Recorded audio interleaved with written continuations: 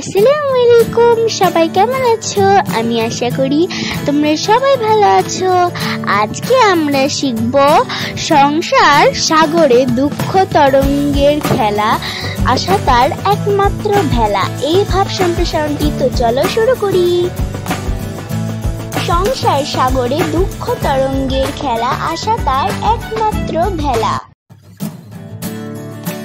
মূল ভাব: মানব জীবন বিপদসংকুল সমুদ্রের মতো। পৃথিবীতে জয়ের সাথে সাথে পরাজয় বিদ্যমান, তবুও মানুষ পৃথিবীতে বেঁচে থাকে আশা নিয়ে। আশা মানুষকে বাঁচিয়ে রাখে। সম্প্রসারিত ভাব: তরঙ্গময় সমুদ্রের সাথে মানব জীবনের মিল খুঁজে পাওয়া যায় সহজেই। সমুদ্রের উত্তাল ঢেউ দেখে আমাদের চিত্ত ভীত হয়, ঠিক তেমনি সংসার জীবনেও নানান দুঃখ যন্ত্রণা এসে হানা দেয়। সমুদ্রের ঢেউ যেমন পাড় ভেঙে নিয়ে যায়, মানব জীবনেও দুঃখ কষ্টে জীবন বিপর্যয় হয়ে পড়ে। তবুও মানুষ বেঁচে থাকে আশা নিয়ে। আশাই মানুষকে বাঁচিয়ে রাখে। তাই ইংরেজিতে বলা হয়, Where is life, there is hope. এটাই মানুষের স্বভাবজাত বৈশিষ্ট্য, কারণ আশায় মানুষের সব না পাওয়ার বেদনাকে ঢেকে রাখে। এই আশাতেই মানুষ স্বপ্ন দেখে, দুঃখের দিনে আশায় মানুষকে বাঁচিয়ে রাখে।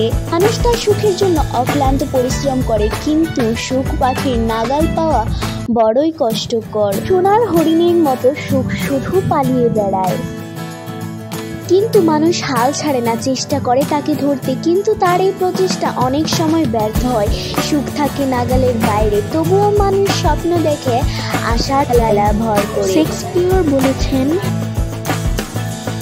Life is not a bed of roses.